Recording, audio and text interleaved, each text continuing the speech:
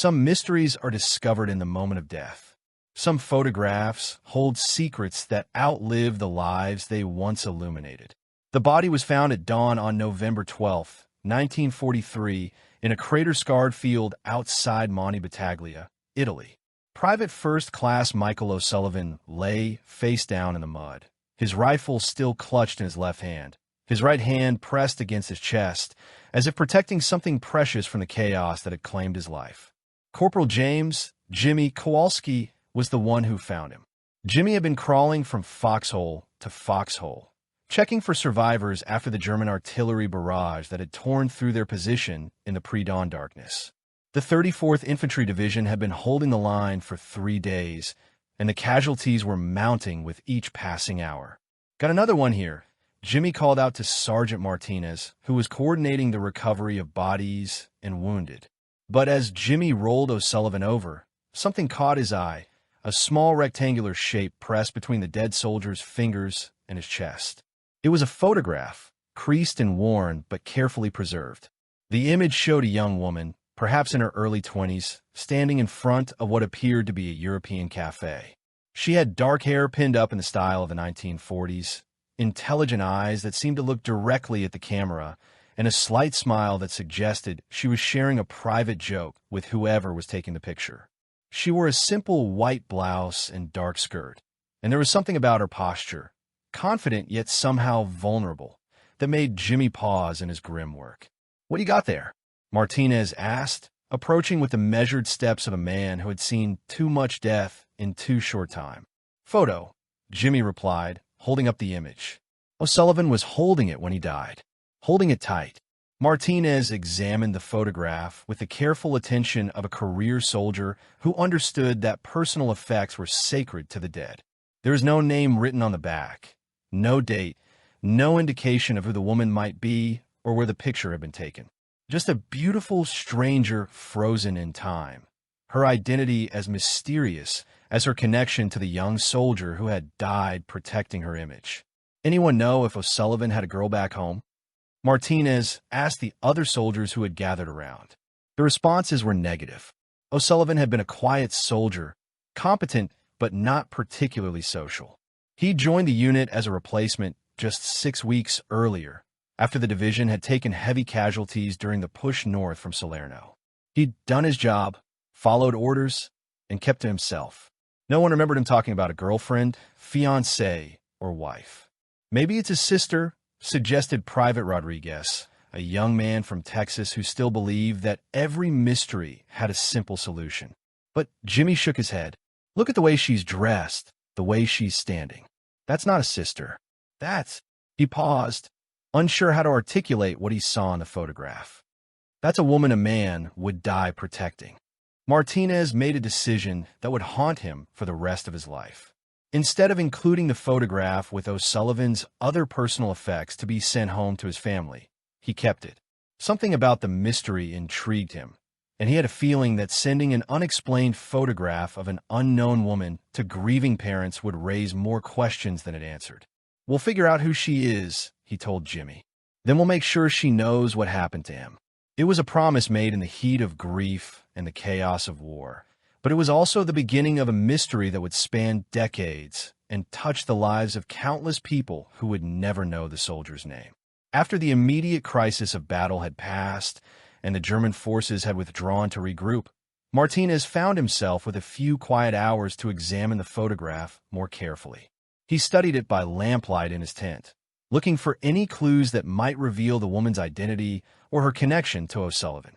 The photograph was professionally taken, printed on high-quality paper that suggested it had been made by a skilled photographer rather than a casual snapshot.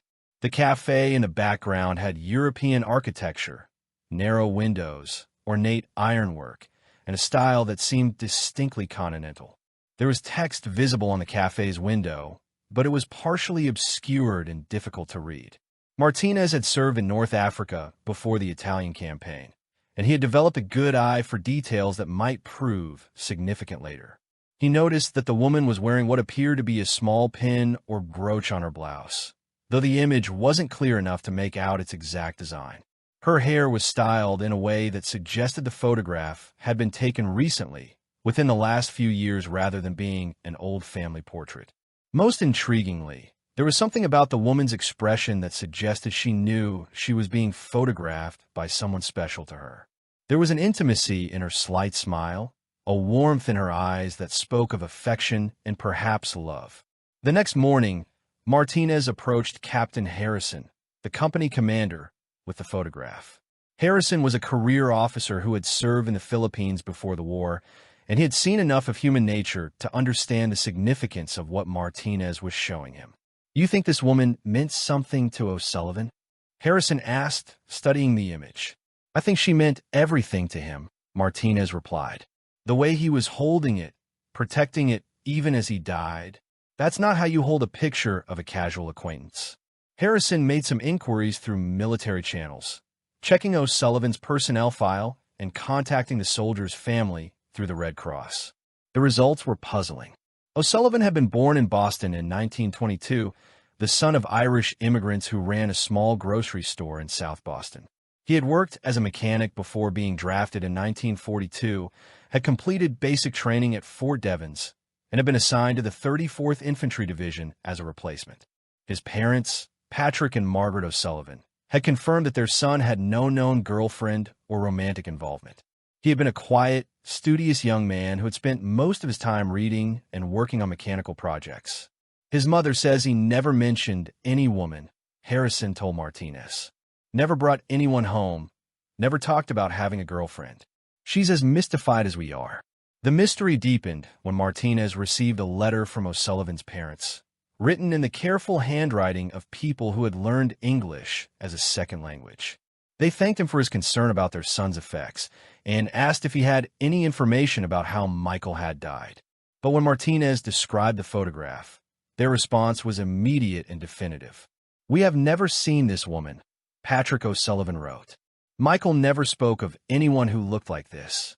We do not know how he could have had such a photograph. Could it have belonged to another soldier? Could there have been some mistake?" But Martinez knew there had been no mistake. O'Sullivan had been holding the photograph against his chest when he died, had been protecting it with his life. Soldiers didn't die clutching pictures of strangers. As the 34th Infantry Division continued its advance up the Italian peninsula, Martinez carried the photograph with him, showing it to other soldiers, to Italian civilians, to anyone who might recognize the woman or provide clues about her identity. The responses were always the same. No one knew her, but everyone agreed that she was beautiful and that there was something special about her expression.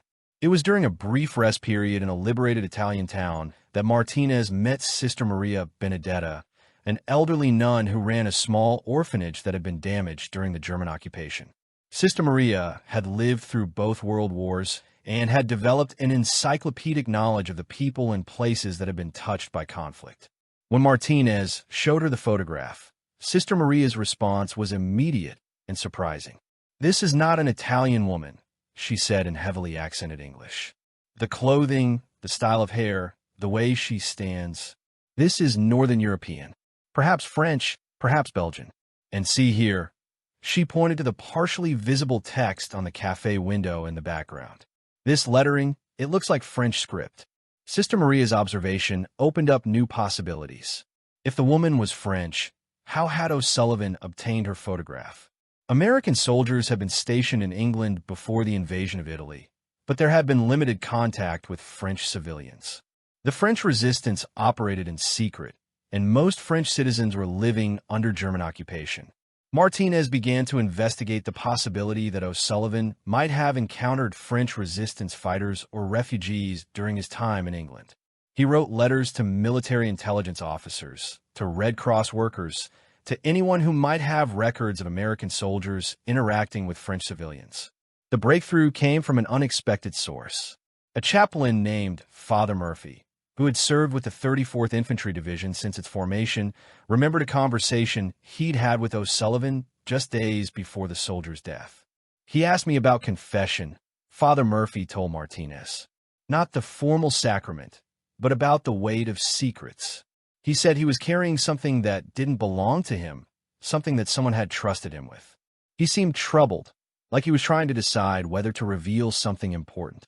Father Murphy's revelation suggested that O'Sullivan had been keeping a secret about the photograph, that he knew more about the woman's identity than he had told anyone. But why would he keep such information to himself? And what had made him feel responsible for protecting her image? The answer came from an unexpected source, a letter that arrived at the division's headquarters 3 weeks after O'Sullivan's death. It was from a British intelligence officer named Captain Edward Thornton, who had heard about the mysterious photograph through unofficial channels. "I believe I may have information relevant to your inquiry," Thornton wrote. Private O'Sullivan was involved in a classified operation during his time in England. He was one of several American soldiers who assisted with the evacuation of French resistance fighters from occupied territory. The details are still classified, but I can tell you that he helped save the lives of several French civilians who were being hunted by the Gestapo. Thornton's letter suggested that O'Sullivan had been more than just a quiet replacement soldier. He had been involved in dangerous rescue operations, had risked his life to help French resistance fighters escape Nazi persecution. The photograph might have belonged to one of the people he had helped save, or it might have been connected to someone who hadn't made it out alive. Through careful inquiries with British intelligence, Martinez learned that O'Sullivan had indeed been involved in a series of clandestine operations during the summer of 1943. These operations, coordinated between British Special Operations Executive, SOE, and American Office of Strategic Services, OSS, had focused on extracting French resistance fighters and their families from occupied France. The operations were carried out by small teams of Allied soldiers who would infiltrate French coastal areas under cover of darkness, make contact with resistance networks, and guide selected individuals to predetermined evacuation points where they would be picked up by British motor torpedo boats or submarines. O'Sullivan had been chosen for these missions because of his mechanical skills and his ability to speak some French, a talent that his personnel file had failed to mention, but that had been discovered during his training in England. He had participated in at least 3 successful extraction operations, helping to save the lives of more than 20 French resistance fighters and their families. Captain Thornton provided Martinez with a partial list of the people who had been evacuated during operations involving O'Sullivan. The list included names, ages, and brief descriptions, but many of the entries were marked classified or restricted. However, one entry caught Martinez's attention. Marie-Claire Dubois, age 23, photographer and resistance courier. Extracted from Calais sector, July 15, 1943. Status: relocated to London safe house. Note: carried photographic equipment and personal effects. Debriefed by Captain Thornton, July 20, 1943. A photographer. Martinez felt his pulse quicken as he read the entry. If Marie-Claire Dubois was a photographer, she might have taken the picture that O'Sullivan had been holding when he died. She might have given it to him as a memento or as a way of ensuring that someone would remember her if she didn't survive the war. But why would she have given O'Sullivan her own photograph? And why would he have kept it secret, never mentioning his involvement in resistance operations to his fellow soldiers? Martinez requested permission to contact Marie-Claire Dubois through British intelligence channels. The response was swift and disappointing. According to official records, Marie-Claire Dubois had been killed in a German bombing raid on London in September 1943, just 2 months after her evacuation from France. She had been living in a safe house in the East End when one flying bomb had struck the building, killing her and 3 other French refugees. The timing was significant. O'Sullivan had died in November 1943, just 2 months after Marie-Claire's death. If he had known about her fate, it might explain why he had been holding her photograph so protectively. He might have been the only person who remembered her, the only one who could ensure that her memory survived. But the official records raised more questions than they answered. If Marie-Claire Dubois had died in London, how had O'Sullivan obtained her photograph? Had she given it to him during the evacuation operation? Had they developed a relationship during the brief time they were in contact? The answers would have to wait. The war was far from over, and Martinez had duties that took precedence over solving mysteries. But he continued to carry the photograph with him, showing it to other soldiers, to Italian civilians, to anyone who might provide additional clues about the woman's identity and her connection to the dead American soldier. After the war ended in May 1945, Martinez was stationed in London for several months as part of the Allied Occupation Administration. He used this opportunity to investigate Marie-Claire Du Bois's fate more thoroughly, hoping to find definitive answers about her connection to O'Sullivan. The London that Martinez found was a city still scarred by war, but beginning to rebuild. The East End, where Marie-Claire had supposedly died, was a landscape of bombed-out buildings and construction sites. Many records have been destroyed in the bombing, making it difficult to verify the details of civilian casualties. Martinez began his investigation at the British intelligence offices, where he was able to review Marie-Claire's debriefing records. The documents painted a picture of a remarkable young woman who had risked everything to fight against the Nazi occupation of France. Marie-Claire Du Bois had been born in Paris in 1920, the daughter of a newspaper editor who had been arrested by the Gestapo in 1941. She had used her skills as a photographer to document German atrocities and to create false identity documents for resistance fighters. She had also served as a courier, carrying messages and supplies between resistance cells across occupied France.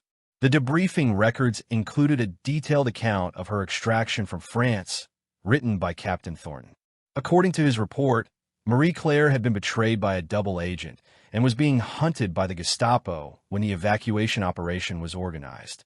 She had made her way to the coast carrying only a small camera and a few personal belongings, including what Thornton described as photographic prints of personal significance. Most intriguingly, Thornton's report mentioned that Marie-Claire had been particularly grateful to the American soldier who had helped guide her to the evacuation point. She had apparently spent several hours talking with him during the dangerous journey through German-occupied territory and had expressed her appreciation for his kindness and professionalism. Subjects showed unusual emotional attachment to American operative, Thornton had written, appeared to view him as representative of American commitment to liberation of France, expressed hope that she might be able to thank him properly after the war. But the most significant discovery came when Martinez found Marie-Claire's personal effects, which had been stored in a British intelligence warehouse since her supposed death in 1943. Among her belongings was a small portfolio of photographs, portraits of resistance fighters, documentation of German atrocities, and several personal images that appeared to have been taken before the war. One of the photographs was identical to the one that O'Sullivan had been holding when he died. The image showed Marie-Claire standing in front of a Parisian café, probably taken in 1940 or 1941 before the German occupation had made such casual photography impossible. But this print was different from the one O'Sullivan had carried. This one had writing on the back, in Marie-Claire's careful handwriting.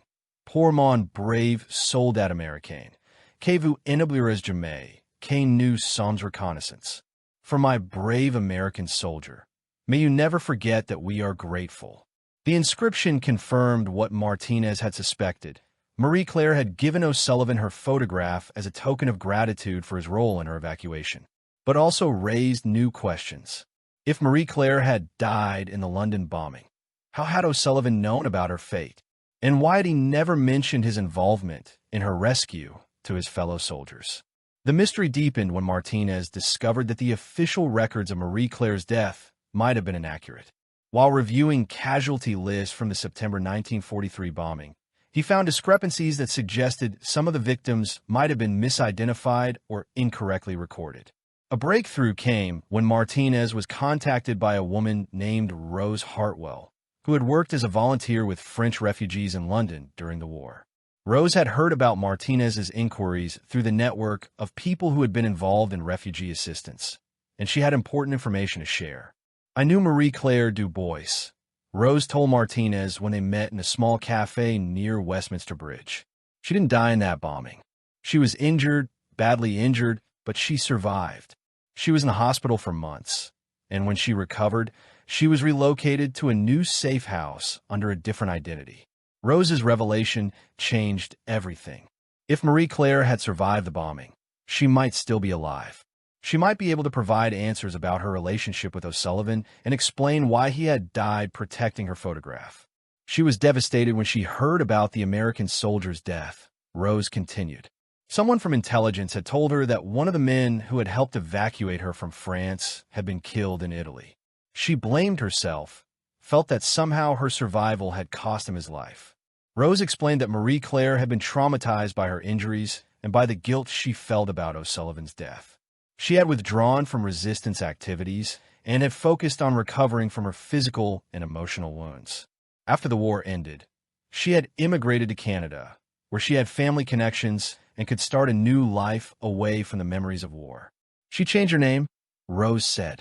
She became Marie Claire Dubois, and she moved to Montreal. She worked as a photographer, did portraits and wedding pictures. She never married, never had children. She said she was carrying too much grief to share her life with anyone. Rose provided Martinez with an address in Montreal, though she warned him that Marie Claire might not want to discuss her wartime experiences. Many refugees had found it too painful to revisit the trauma of their escape from occupied Europe. Martinez wrote to Marie Claire immediately, explaining who he was and how he had come to possess her photograph. He told her about O'Sullivan's death and about the way the young soldier had protected her image even as he died. He offered to return the photograph to her, but also expressed his hope that she might be able to provide information about her relationship with the American soldier who had helped save her life.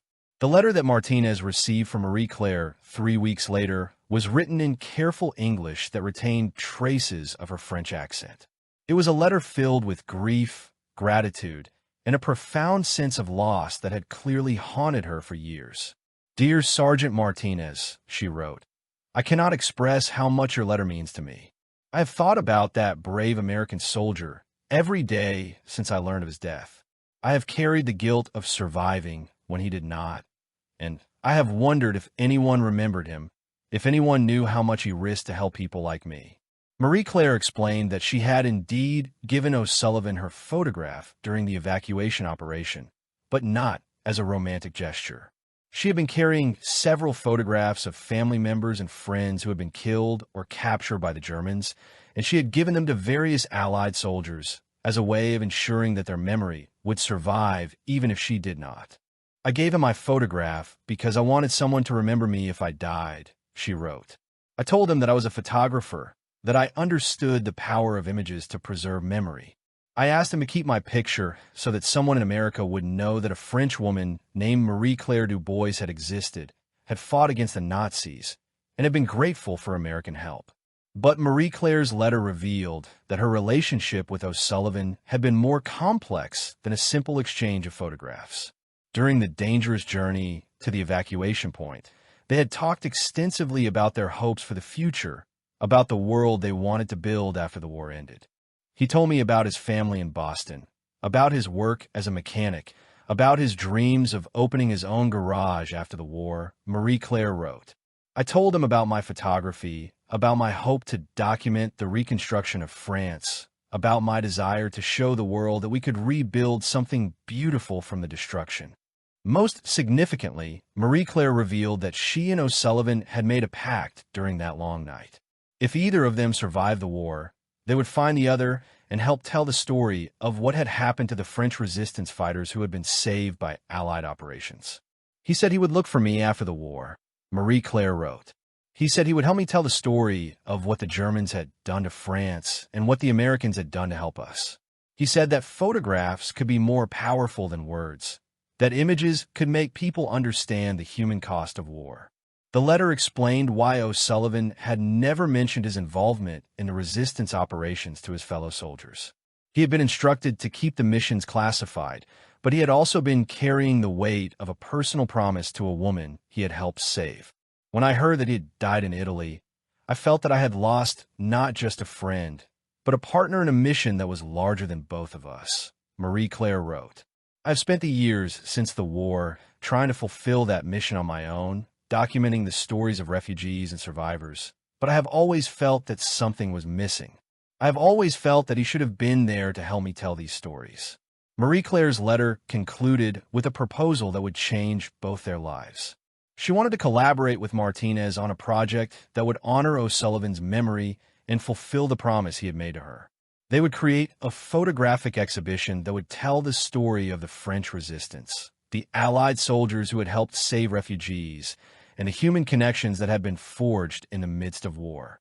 Martinez and Marie Claire began corresponding regularly, developing plans for what they called the Michael O'Sullivan Memorial Project. The goal was to create a comprehensive documentation of the rescue operations that had saved French resistance fighters, focusing on the personal stories and human connections that had made these missions possible. Marie Claire had spent the years since the war photographing refugees and survivors, collecting their stories and documenting their efforts to rebuild their lives. She had amassed a remarkable archive of images that showed the human face of war's aftermath: displaced persons searching for family members, refugees starting new lives in foreign countries, survivors struggling to process their trauma. Martinez contributed his own documentation from the war, including photographs he had taken of soldiers like O'Sullivan who had died in service to others. He also reached out to other veterans of the resistance operations, collecting their memories and testimonies about the French civilians they had helped save. The project took on a life of its own as more people became involved.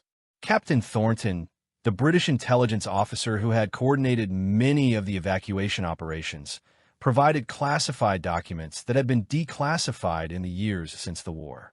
Other French refugees who had been saved by similar operations contributed their own stories and photographs. Most significantly, Patrick and Margaret O'Sullivan, Michael's parents, became enthusiastic supporters of the project.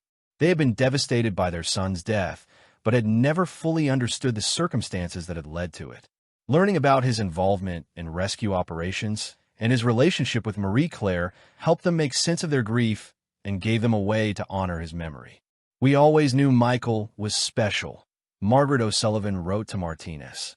"But we never knew how special until we learned about what he did for people like Marie Claire. We are proud that our son died, protecting something beautiful, something that represented hope and human connection." The O'Sullivans contributed their own photographs and memories of Michael, helping to create a complete picture of the young soldier who had died holding a stranger's photograph. They revealed that Michael had indeed been learning French before the war, that he had been interested in photography as a hobby, and that he had always been drawn to stories of people helping each other in times of crisis. The Michael O'Sullivan Memorial Exhibition opened in Montreal in November 1948, exactly 5 years after O'Sullivan's death. It was displayed in a gallery that Marie Claire had helped establish for refugee artists, and it drew visitors from across North America and Europe. The centerpiece of the exhibition was a large display featuring O'Sullivan's photograph, alongside Marie Claire's original image, and the story of how they had been connected. But the exhibition also included dozens of other photographs and testimonies that illustrated the broader story of Allied rescue operations and the French resistance. The response was overwhelming. Veterans of the resistance operations came to share their own stories. Families of soldiers who had died in the war found comfort in seeing their loved ones' sacrifices placed in a larger context of human courage and connection. Refugees and survivors saw their experiences validated and honored in a way that official histories had never provided. But perhaps the most significant response came from Marie Claire herself. For the first time since the war, she felt that she had fulfilled the promise she had made to O'Sullivan during their brief time together. She had told the story of what had happened to the French resistance fighters, had documented the courage of the Allied soldiers who had helped save them, and had created a memorial that would ensure their sacrifices were not forgotten. "I have carried Michael's photograph in my heart for 5 years," she said at the exhibition's opening. "Tonight, I feel that I can finally give it back to him. His mission is complete. His promise has been kept. His memory will live on in the stories of all the people whose lives he touched." The exhibition traveled to galleries in New York, Boston, London, and Paris, reaching thousands of people who had never heard the story of the rescue operations or the personal connections that had made them possible. Each venue added new photographs and testimonies, creating a growing archive of stories about human courage and compassion in the face of war. In the years that followed, the Michael O'Sullivan Memorial Project grew into a permanent foundation dedicated to documenting the stories of refugees and the people who had helped save them. Marie Claire and Martinez continued to work together, collecting testimonies from survivors of other conflicts and creating educational programs that taught young people about the importance of individual courage in the face of injustice. The Foundation's work took on new urgency as the Cold War created new waves of refugees and displaced persons. Marie Claire's skills as a photographer and Martinez's experience as a soldier-turned-historian made them effective advocates for people who had been forgotten by official policies and programs. They documented the stories of Hungarian refugees fleeing the 1956 revolution, of Cuban exiles escaping Castro's regime, of Vietnamese boat people seeking sanctuary in the United States. Each project followed the same model as the original O'Sullivan exhibition, focusing on individual stories and human connections that illustrated the broader patterns of displacement and rescue. But the Foundation's most important work remained the preservation of stories from World War II. As veterans aged and survivors passed away, Marie Claire and Martinez realized that they were racing against time to collect testimonies that would otherwise be lost forever. They established an oral history project that interviewed hundreds of resistance fighters, Allied soldiers, and refugees who had been involved in the wartime rescue operations. These interviews revealed countless stories of courage, sacrifice, and human connection that had never been officially documented. One of the most significant discoveries came in 1965 when the Foundation was contacted by a woman named Anna Kowalski, the sister of Jimmy Kowalski, the soldier who had first discovered O'Sullivan's body. Anna had been going through her brother's effects after his death and had found a journal that Jimmy had kept during the war. The journal included a detailed account of finding O'Sullivan's body and the subsequent investigation into the mysterious photograph. But it also included information that had never been shared with Martinez or included in official reports. According to Jimmy's journal, O'Sullivan had not died immediately in the artillery barrage. He had been mortally wounded but had remained conscious for several minutes, long enough to speak a few words to Jimmy before dying. He kept saying a name. Jimmy had written, Marie Claire. He kept saying, "Tell Marie Claire, I kept my promise."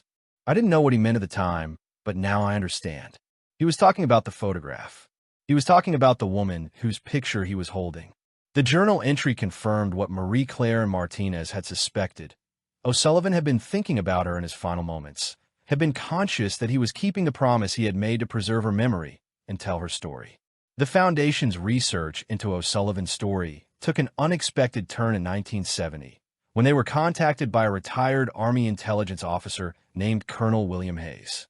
Hayes had been involved in the coordination of the wartime rescue operations and had access to classified documents that had never been made public. "I've been following your work on the O'Sullivan case," Hayes told Martinez and Marie Claire when they met at the Foundation's offices in Montreal. "I think it's time you knew the whole truth about what happened to that young soldier." Hayes revealed that O'Sullivan's involvement in the rescue operations had been more extensive than anyone had realized. He had not just participated in 3 evacuation missions, but had been part of a larger intelligence network that had maintained contact with French resistance fighters throughout the war. O'Sullivan was more than just a soldier, Hayes explained. He was a trained intelligence operative who had been specifically chosen for his mechanical skills and his ability to blend in with civilian populations. He had been tasked with maintaining communication with resistance cells and coordinating supply drops and evacuation operations. Most significantly, Hayes revealed that O'Sullivan had been in regular contact with Marie Claire even after her evacuation from France. They had corresponded through secure military channels, sharing information about resistance activities and coordinating efforts to help other refugees escape from occupied territory. O'Sullivan was supposed to be rotated back to England after his tour in Italy, Hayes continued. He was going to be reassigned to intelligence work that would have allowed him to work more closely with French resistance fighters. He was looking forward to the opportunity to help more people like Marie Claire. The revelation that O'Sullivan and Marie Claire had been in regular contact changed the entire understanding of their relationship. They had not just shared a brief encounter during a dangerous evacuation, but had developed a working partnership that had lasted for months. Hayes provided copies of some of their correspondence, which had been declassified in the years since the war. The letters revealed a deep friendship based on shared commitment to helping refugees and documenting the human cost of war. I've been thinking about our conversation during the evacuation, O'Sullivan had written in one letter. You said that photographs could be more powerful than words in telling the story of what happened to France. I believe you are right. When this war is over, I want to help you create a record of what the resistance fighters accomplished and what the Allied soldiers did to help them. Marie Claire's responses showed equal commitment to their shared mission. I have been documenting the stories of other refugees who have been saved by operations like the one that rescued me, she wrote. I believe that these stories need to be told, not just for the sake of history, but for the sake of the people who are still suffering. Your courage and the courage of soldiers like you gives me hope that we can build a better world. The discovery of O'Sullivan and Marie Claire's wartime correspondence led to a final chapter in their story that neither Martinez nor Marie Claire had expected. Among the declassified documents was a letter that O'Sullivan had written to Marie Claire just days before his death, a letter that had never been delivered because of his sudden deployment to the front lines. The letter revealed O'Sullivan's deepest thoughts about his mission and his relationship with the French refugees he had helped save. It also contained a request that would transform Marie Claire's understanding of why he had died holding her photograph. I've been thinking about the promise I made to you during the evacuation, O'Sullivan had written. I promised to help you tell the story of what happened to the French resistance fighters, and I intend to keep that promise. But I want to ask you for something in return. If anything happens to me, I want you to know that meeting you changed my life. You showed me that war is not just about destruction, but about the human connections that make survival possible. The letter continued with a request that explained everything. I am carrying your photograph with me, not as a romantic token, but as a reminder of why I am fighting. Every time I look at your picture, I remember that there are people worth saving, stories worth telling, and connections worth preserving.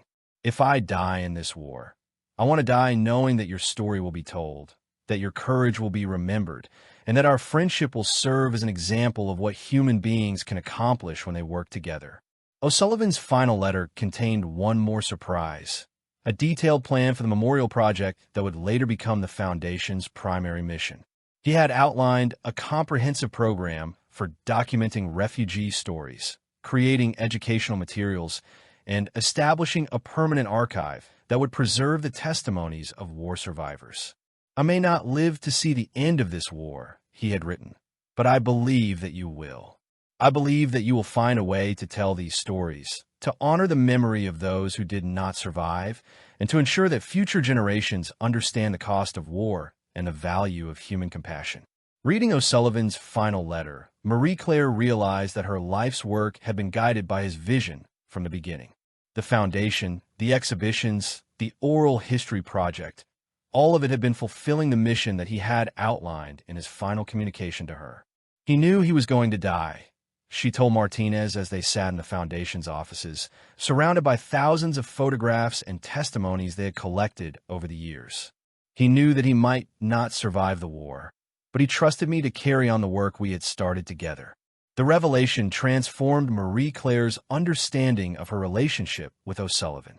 She had spent decades feeling guilty about surviving when he had died, but now she realized that his death had been part of a larger plan to ensure that their shared mission would continue. He didn't die holding my photograph because he loved me romantically, she said. He died holding it because it represented our partnership, our shared commitment to telling the stories of people who had been forgotten by history. He died protecting not just my image, but the mission we had promised to complete together.